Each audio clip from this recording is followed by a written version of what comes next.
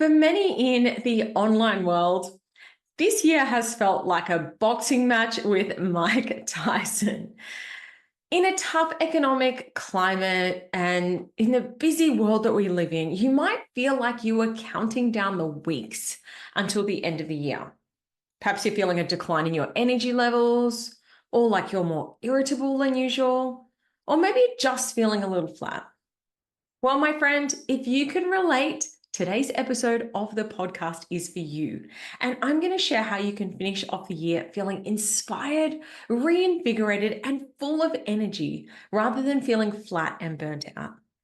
Because in business, your energy is everything, and you can't afford not to be feeling your best.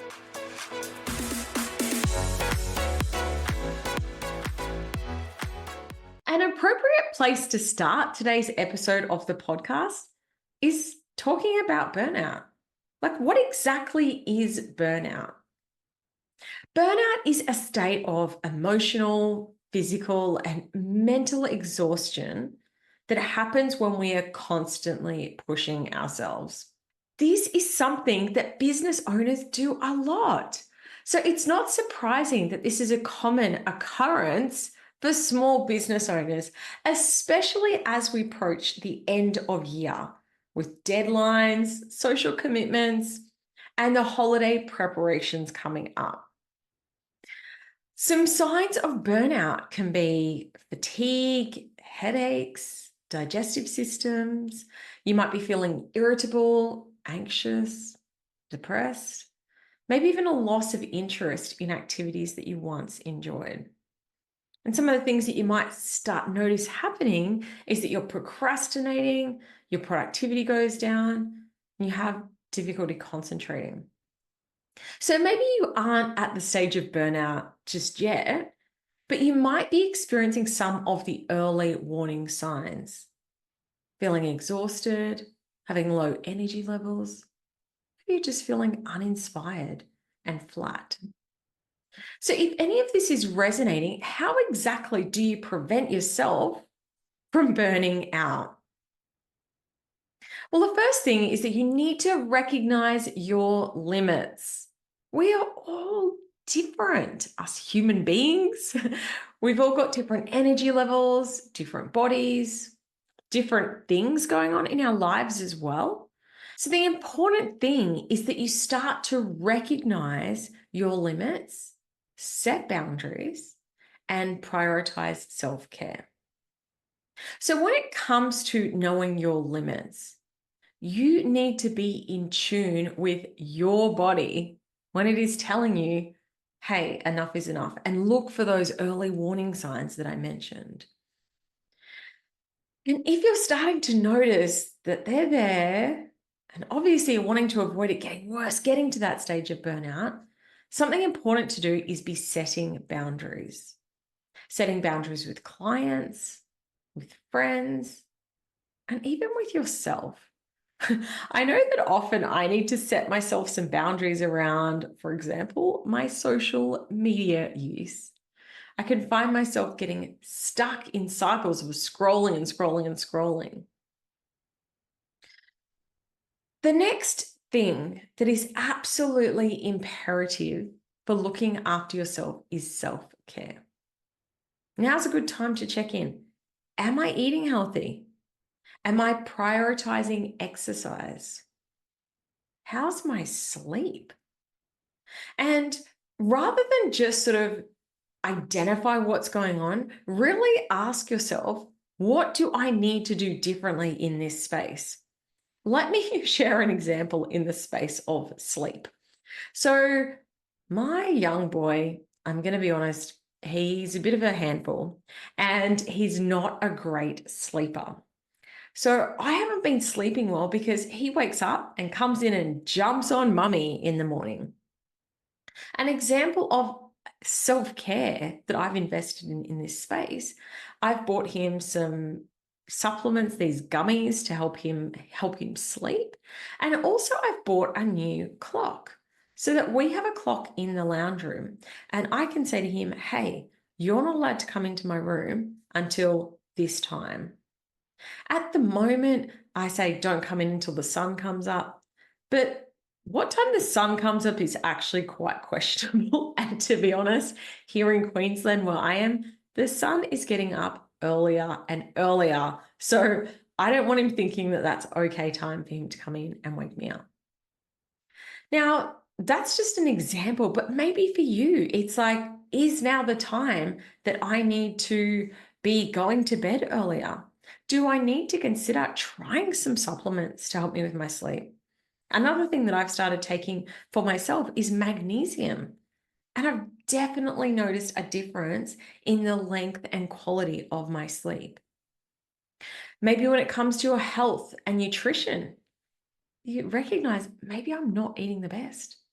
Maybe you're not taking the time to go and buy beautiful fresh fruit and vegetables. Maybe you're not taking the time to actually prepare fresh meals and you're finding yourself grabbing things on the go a lot. What do you need to do to prioritize looking after you? Another thing that is incredibly important for both avoiding burnout, your exhaustion, but also for helping you to feel more energized, focused, relaxed, is meditation, is having time for mindfulness to actually slow down, breathe, and not be being busy all the time. Here's the thing with a lot of our self-care activities. They often tend to be things that we slot in around everything else in life. But you really have to look after yourself if you want to feel energized, empowered, and inspired in your business. One other thing that I think a lot of people forget in the space of self-care and in terms of preventing burnout is having a strong sense of social support. Studies have shown that people with great friendships actually live longer. And increasingly, they're starting to find all of these studies around the power of having great social networks.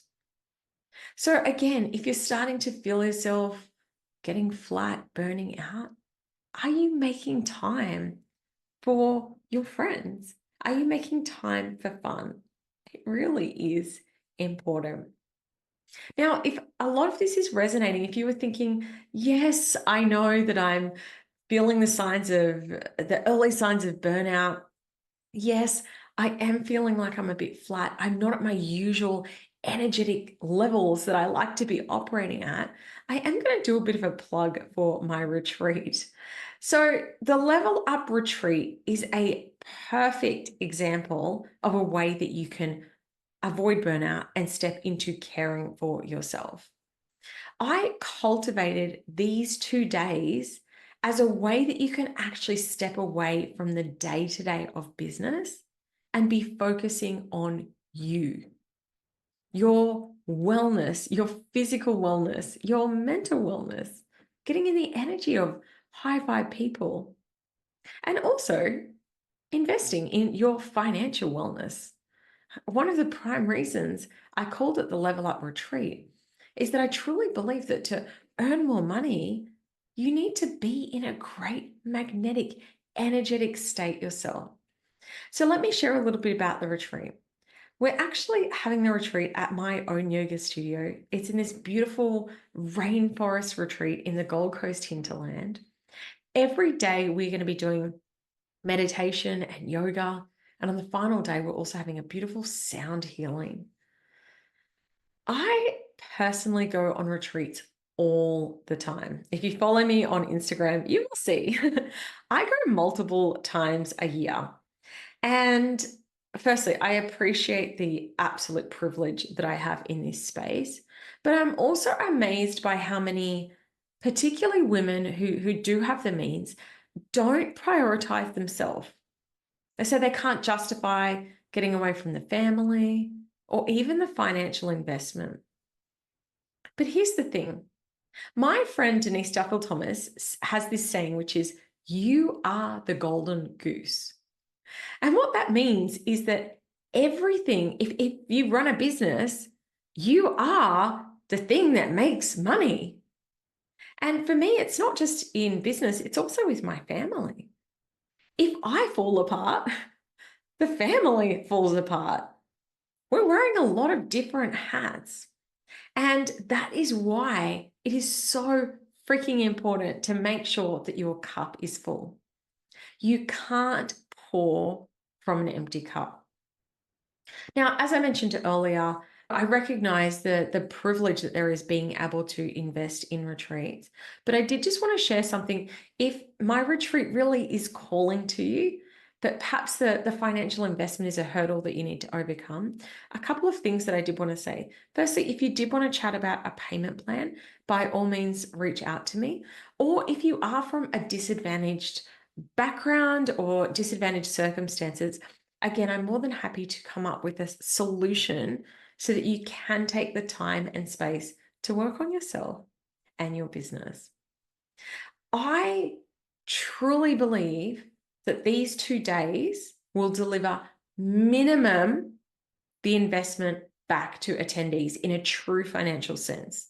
So obviously there's a lot of other benefits around health, wellness, all of those things, but purely from a financial sense, I truly believe that having these 2 days to step away, work on your business will deliver back at a minimum the cost of the retreat. I know for many of my attendees in the past, it's delivered that many, many, many times over. To sum up today's episode of the podcast, your health is your wealth. And if you are starting to notice the early signs of burnout showing up, now is the time to act. Prioritize your health, your mental wellness, and restore your energy now so that you can finish the year strong. Thank you so much for tuning in to another episode of the Clarewood podcast. I really appreciate you being here, listening, and I hope that you are deriving benefits from every episode that you listen to. Have a beautiful week, and I'll chat to you again next week.